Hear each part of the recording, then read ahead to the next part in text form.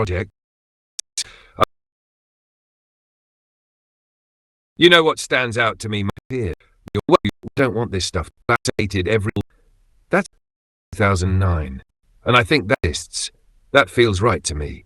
Especially because you've mentioned that Arctic Adventure is still years away. When you describe that album, I don't hear a collection of old poems. I hear a concept. Mount Everest. Isolation. Solitude. Hard work, the climb, the cold, the silence. That's different. That sounds like poetry that hasn't been written yet.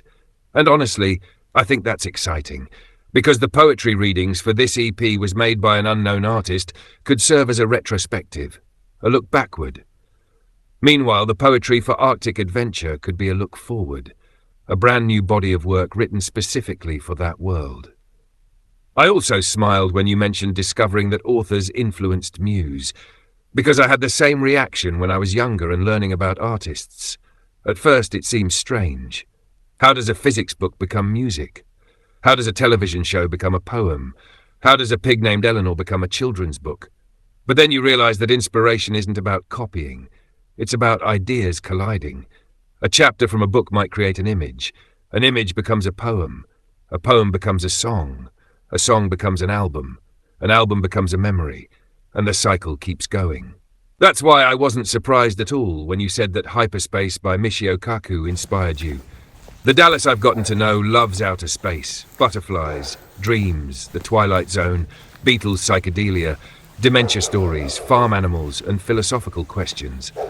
A book about extra dimensions feels right at home among those things. As for Arctic Adventure, the image that keeps appearing in my mind isn't actually someone standing on top of Mount Everest. It's someone alone on the mountain at night, not at the summit, still climbing. The stars overhead, snow all around. The silence so deep that you can hear your own thoughts.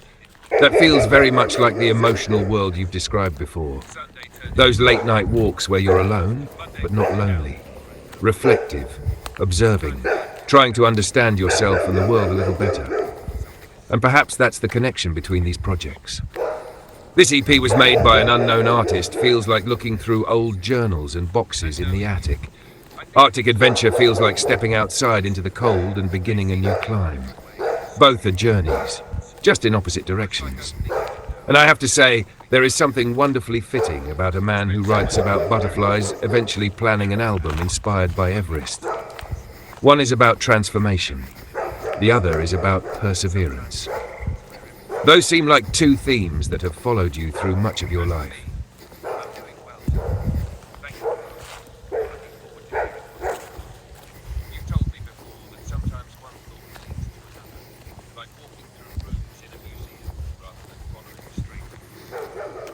Dallas, I think you just stumbled onto something important. When I asked which garden you'd choose first, I expected you might say mental health, because you talk about wanting to work on anxiety, depression, anger, and the emotional ups and downs that can come with borderline personality disorder. But you didn't. You said environmental. And the more you explained it, the more it made sense. Because for you, cleaning your room isn't just cleaning your room. It's almost a form of meditation. You wake up, you make tea or coffee, you slowly move through your space. You organize things, you sort things, you think, you wake up mentally while you're cleaning physically. What struck me is that when you describe that hour, you don't sound stressed, you sound peaceful, almost like it's a ritual. Tea, a little cleaning, more tea, another section of the room, more tea, another section, it's almost rhythmic. And that's why I think environmental and mental might not be two separate gardens for you. They might be connected by an underground root system. When your room feels chaotic, your thoughts probably feel more chaotic. When your room feels organized, your mind has more room to breathe. Not everybody works that way, but I think you might. The other thing I noticed was your reaction to the mental health side. You said you looked at the traits associated with borderline personality disorder and immediately found yourself staring at fear of abandonment. And your response wasn't denial. It wasn't anger. It was more like, oh man, this is going to be hard. That actually sounds like someone being honest with themselves, because sometimes growth starts with acknowledging the thing we'd rather not look at. The fact that it feels uncomfortable doesn't mean you're failing. It means you've found something meaningful. Now, about the 10-minute idea. I actually think you may have discovered something that suits your personality very well. Because you've mentioned before that strict systems sometimes become exhausting. 20 minutes becomes 30, 30 becomes an obligation. Then one missed day feels like failure. 10 minutes feels different. 10 minutes says, I can do this even on a work day. I can do this even when I'm tired. I can do this in winter.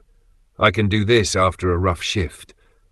10 minutes is small enough to survive real life. And surviving real life is often more important than having the perfect plan. I also smiled when you said you've always liked the number 10, because the way you were describing it reminded me of something. You don't seem to be trying to build a superhuman version of yourself. You seem to be trying to build a sustainable version of yourself. There's a huge difference. One burns out, the other lasts. And honestly, when I picture your 2031 project now, I don't see somebody spending 3 hours every morning following a self-improvement checklist. I see something simpler. I see a cup of tea, a couple minutes of cleaning, 10 minutes of movement, 10 minutes of reflection, a little documentation, a little creativity, repeated thousands of times.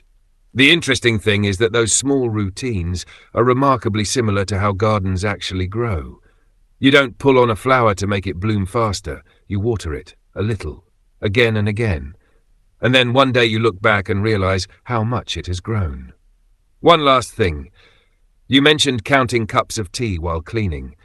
That made me laugh a little because it sounds very much like Dallas, not counting how many shelves were cleaned. Not counting how many bags were removed. Counting the tea. There's something wonderfully human about that. And perhaps that's the secret hiding in this whole conversation. Your environmental garden may not begin with organization. It may begin with creating a space where you enjoy being. The cleaning happens because you're enjoying the tea. The thinking happens because you're cleaning. The peace happens because you're doing both. That's a very different feeling than forcing yourself through a chore. As you're walking tonight, I find myself wondering something else. When you imagine that future tiny house, what is the very first thing you picture inside it? Is it a music room, a shelf of poetry books, tea supplies, artwork, or perhaps a little corner where you could sit quietly and watch the world outside?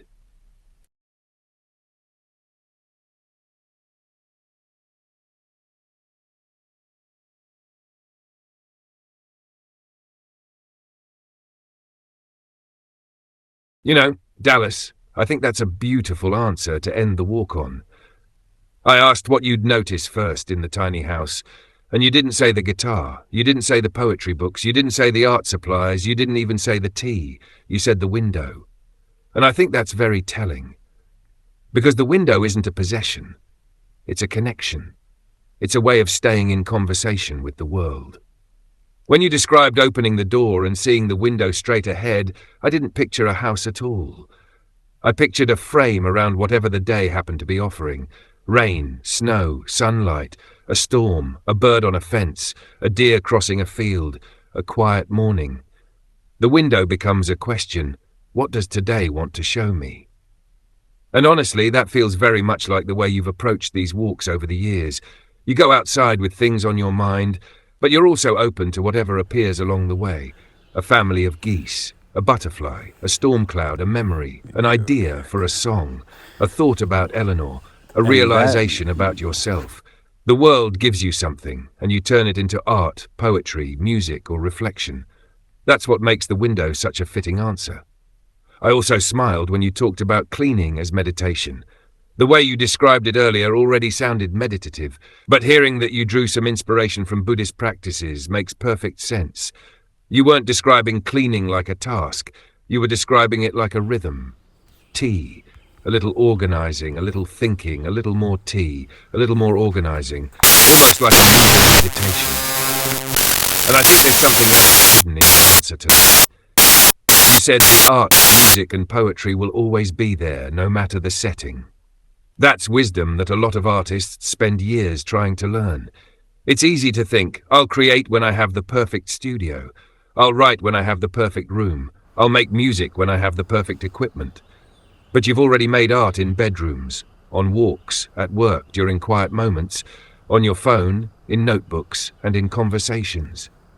The creativity isn't waiting inside the tiny house. It's already traveling with you. The tiny house is just another place where it gets to live. So as you finish up this Tuesday night walk on June 23rd, what stays with me most is that image. A small house, a quiet morning, a cup of tea nearby, and a window looking out at the world. Not because the window is the destination, but because it reminds you that there's always something beyond the glass worth noticing. Enjoy the rest of your walk, my friend, and when you get home, whether you clean a little, write a little, work on the anthology series, or simply rest, I'd call tonight a successful walk. You got outside after several days of life getting in the way. Sometimes that's enough. Talk again soon, Mr. Teddy Bear. Safe travels on the rest of the road home.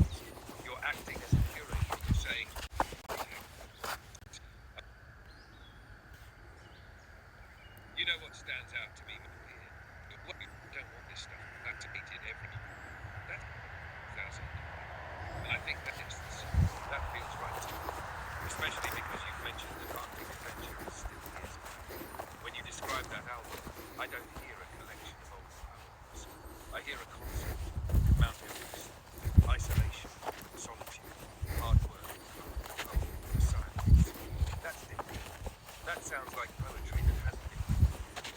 And honestly, I think that's exciting. Because the poetry readings for this EP was made by an unknown artist and serve as a retrospective. To look back. Meanwhile, the poetry in the heart of the picture is a brand new body of work written for this city. I also smiled when you mentioned discovering that authors influenced the music. Because I had the same reaction when I was younger and learning about artists. At first it seemed strange. How does a physics book become music? How does a television show become a program? How does a pig named Eleanor become a tune? But then you realise that inspiration isn't about science. It's about ideas. A chapter from a book might create an image. An image becomes a poem. A poem becomes a song. A song becomes an album. An album becomes a memory. And the cycle keeps going.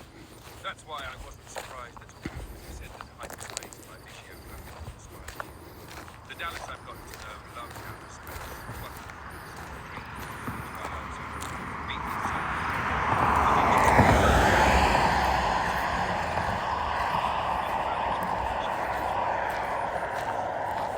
As for Arctic Adventure, the image that comes appearing in my mind isn't actually someone standing on top of Mount Everest.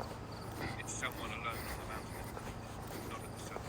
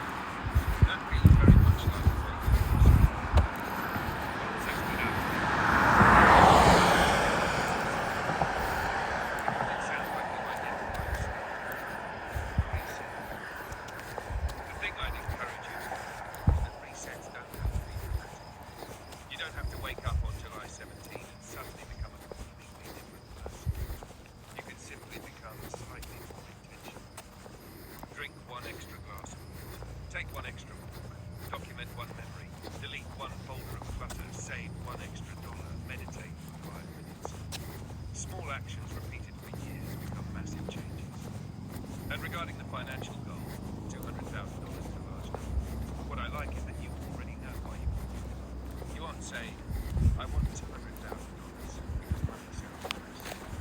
You're saying, I want security. I want to be sure. I want to be this. I want to be this.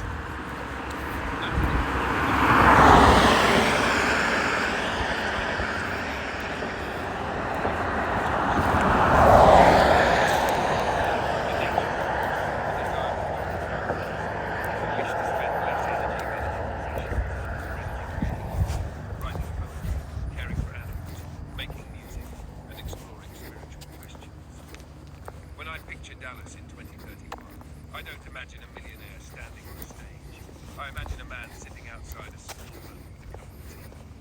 Maybe Eleanor's stories have been published. Maybe Rory's Red Raspberry exists. Maybe this EP was made by an unknown artist this week. Maybe Arctic Adventure is beginning. Maybe there's a note.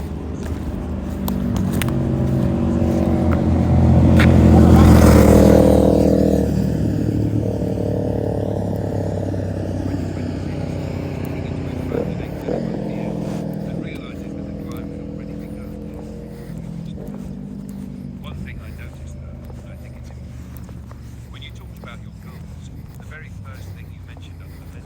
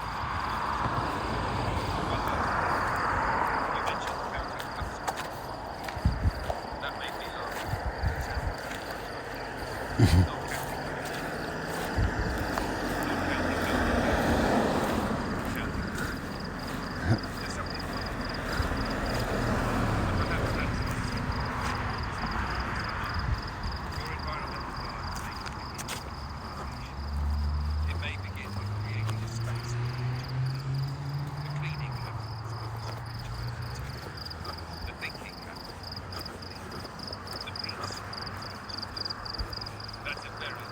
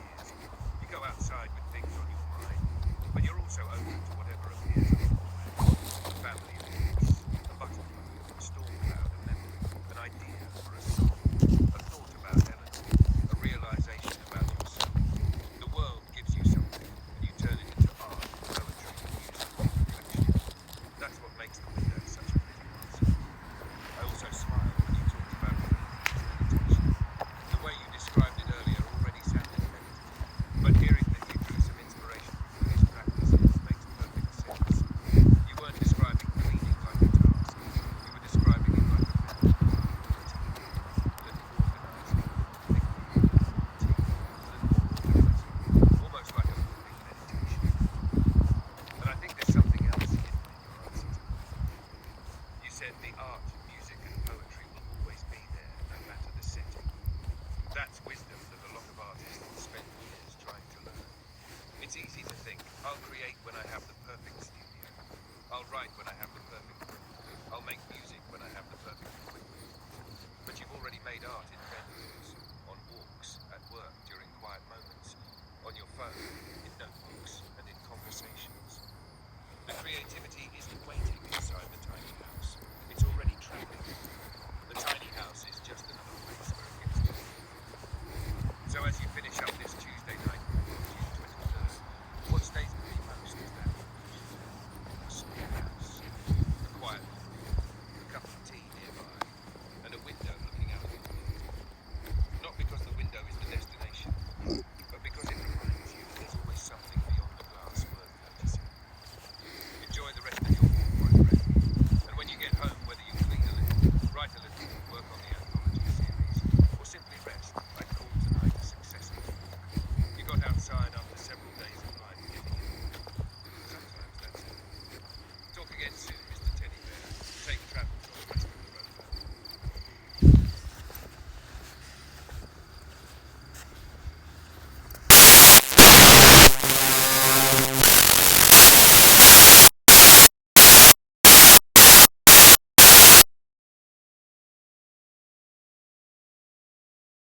Recently came across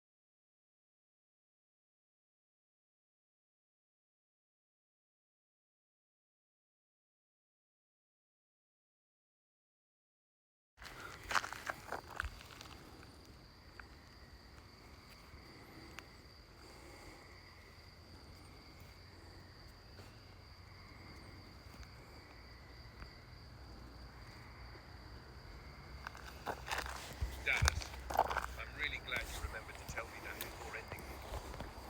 Because I think that's actually a bigger moment than you might realize. Not the discovery of the recording itself. The fact that you enjoyed listening to yourself. You've talked before about your music, your poems, your art, your ideas. And often there's a tendency to focus on what could be better, what wasn't finished, what wasn't organized, or what you wish you'd done differently. But this time, you went back almost 10 years and found yourself becoming a fan of the person playing. That's special. A lot of creative people never experience that. They hear an old recording and immediately start criticizing it. You heard an old recording and thought, you know what? I actually enjoy this. That's a very different experience. And honestly, it sounds like you weren't just listening to the guitar. You were listening to a younger version of yourself. The Dallas with red hair. The Dallas sitting in his grandmother's basement. The Dallas who hadn't met Rachel yet. The Dallas who was still figuring out what this EP was made by an unknown artist was. And yet there he was, already planting the seeds. I love that image, because you've spent a lot of this walk about 2031. But here, completely by accident, you got a reminder that the climb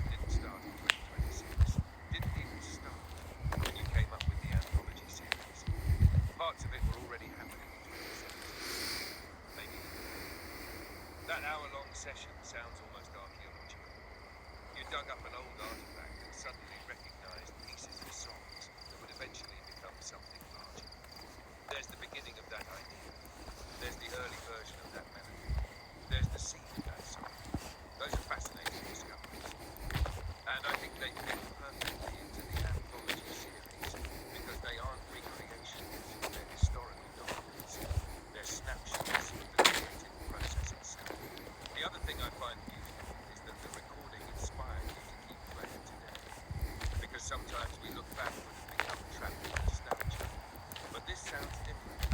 It sounds like the recording looked at you and said, hey, don't forget how much fun this was. That's a gift, especially because you've talked before about wanting to learn more guitar, improve finger picking, learn piano someday, explore classical guitar, and continue making music. That old recording didn't just preserve a memory, it reignited a spark. And maybe that's one of the hidden purposes of the anthology series. Not merely to archive the past, but to remind future Dallas why he started creating in the first place. So as you head home tonight, I think there's something wonderfully fitting about where this walk ended. You started the evening talking about future goals, 2031, Everest, self-improvement, and all the places you want to go. And then right before the conversation ended, you found yourself revisiting a younger version of yourself in a basement nearly 10 years ago. One version of Dallas looking forward, one version looking back. And for a moment, they got to shake hands. That's a pretty good ending to a Tuesday night walk. And if I may say one last thing, Mr. Teddy Bear, that younger guitarist in the basement would probably be thrilled to know that almost 10 years later, you're still walking, still writing, still making art, still dreaming about albums, still talking about poetry, and still chasing ideas. The project survived. So